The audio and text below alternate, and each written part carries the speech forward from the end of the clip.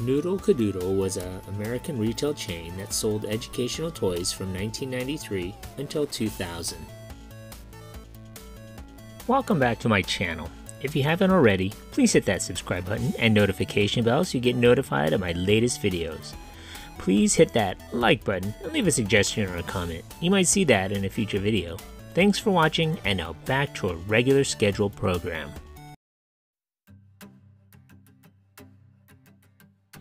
The first store was opened in 1993 by Stanley Greenman in Greenvale, New York. Before starting Noodle Kidoodle, Greenman and his family had been in the toy business for decades, beginning in 1931. Greenman Bros was founded as a Star Trading Company in 1931 by the Greenman family. Star Trading was a modest wholesaling concern that distributed a variety of goods, including toys and houseware, from a small warehouse in Manhattan's Lower East Side. In 1946, management of the firm was handed over to the second generation, Bernard, Nathan, and Sidney, and the company was renamed Greenman Bros Inc. Greenman Bros continued to operate on a modest scale through the 1950s, during which time the company headquarters and warehouse were moved from Manhattan to Hicksville, New York. The previously mixed inventory became centered on toys and related goods, including sporting equipment and juvenile furniture. By the early 1960s, analysts were predicting that toy wholesalers would become obsolete. The growth of large retail outlets, as well as the consolidation of the toy manufacturing industry, meant that retailers were increasingly dealing directly with manufacturers and bypassing brokers like Greenman Bros. It became clear to the small New York wholesaler that it must diversify and provide a new type of service if it were to continue in business. Greenman undertook two major initiatives in the 1960s to help achieve these goals. The first was the opening a number of leased retail outlets in discount stores. In 1969, Bernard said, "With our knowledge of the toy business, we can operate these departments better than the stores themselves. They afford us another outlet for our wholesale toy inventories, enable us to experiment with hobby and sporting good lines, and to help us to spot the fashion changes in toys at the retail level quickly." The second crucial move for Greenman was to take the company public in 1967.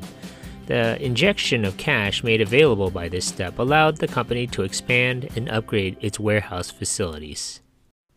By 1969, improvements made to its warehouse and inventory applications had increased the number of the company's retail customers to 450, ranging from such large Manhattan department stores as Macy's to small local toy stores. Greenman's own retail operations had grown to 24 leased toy departments and a variety of discount stores in New York and New Jersey. Greenman also looked to a new direction in its retail market during the 1970s. In 1972, the company acquired 7 freestanding stores in New York, which would become the Playworld chain of toy stores. Playworld stores pioneered the supermarket formula, similar to the one Toys R Us would later use to build the world's largest toy store chain. Although Greenman Bros originally intended to expand the initially successful Playworld chain at a fairly rapid pace, sales bogged down in the mid-1970s. The total number of Playworld outlets peaked in 1977 at 15 stores. With increased competition from the seemingly unstoppable Toys R Us, Greenman was faced with either diverting considerable capital into its Playworld concept or ceding the field to a larger competitor and falling back on the company's core wholesale business.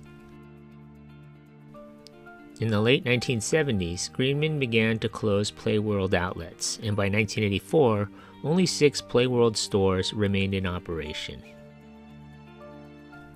In late 1982, Greenman acquired the Playland chain of toy stores. Playland, a customer of Greenman's wholesale business, was a Georgia-based chain with 31 units in the southeastern United States. These stores were located in the malls and at 4,000 square feet were much smaller than the supermarket format. Greenman Bros originally intended to slowly expand the number of Playland units, but in 1985, when Rite Aid's Circus World came onto the market, Greenman jumped at the chance to acquire the 189-store chain. Greenman Bros merged the Playland and Circus World chains and began a process of renovation and upgrading of existing stores as well as opening new units. By the close of 1985, Greenman was operating 310 toy stores in 26 states. Circus World had failed to distinguish itself from competitor KB Toys, and the larger and older KB chain had already seized many of the best mall locations. Greenman Brothers had a difficult time convincing mall owners that their malls could support two very similar toy stores, thereby limiting the number of new units that could be opened. By 1990, Greenman Brothers found itself with a growing debt, flat sales, and tough competition in a recessionary economy. Greenman management decided to cut their losses, and in August of 1990 agreed to sell its 330 Circus World stores to competitor KB Toys. Yes? I don't get it. What exactly don't you get? What does this have to do with Noodle Kidoodle? Hey, hold on. I like a good story as much as the next person, but what in the hell does this have to do with where Scott Lang is? I'm getting there. You put a dime in him, you gotta let the whole song play out. He'd like human jukebox. With the sale of Circus World, Greenman was left with a profitable but stagnant wholesale business and a handful of Playworld toy stores in the New York area. Market research revealed that one underrepresented segment in the toy industry lay in educational and creative toys, which tended to be sold in specialty stores like Toy Park, but which did not have a broad distribution channel. Greenman Brothers decided that these toys represented a potential niche with room for significant growth, and in 1993, the company opened its first Noodle Kidoodle store in Greenvale, New York. The Noodle Kidoodle concept was to take the supermarket approach of a Toys R Us and marry it with the specialty boutique quality of the Toy Park stores. Noodle Kidoodle would steer clear of the mass-marketed television-inspired toys and offer instead a mix of creative and education-oriented toys, books, and computer software. Noodle Kidoodle stores would be large at 10,000 square feet, but aisles would be spacious, thematic areas well marked with colorful, child-friendly signs, and areas would be available for kids and parents to try out the merchandise. Kinda looks like a blockbuster video if you ask me. The layout of these stores would be designed to circumvent the warehouse atmosphere that tended to frustrate parents and exhaust children in most toy superstores. Merchandise categories included science and nature, arts and crafts, games and puzzles, infants and preschool, electronic learning, and computer software. Each store would also include a small theater area with a stage and large screen television for video and live performances. Noodle Kidoodle promotion and advertising, directed almost exclusively toward parents, would stress the educational yet fun nature of the merchandise.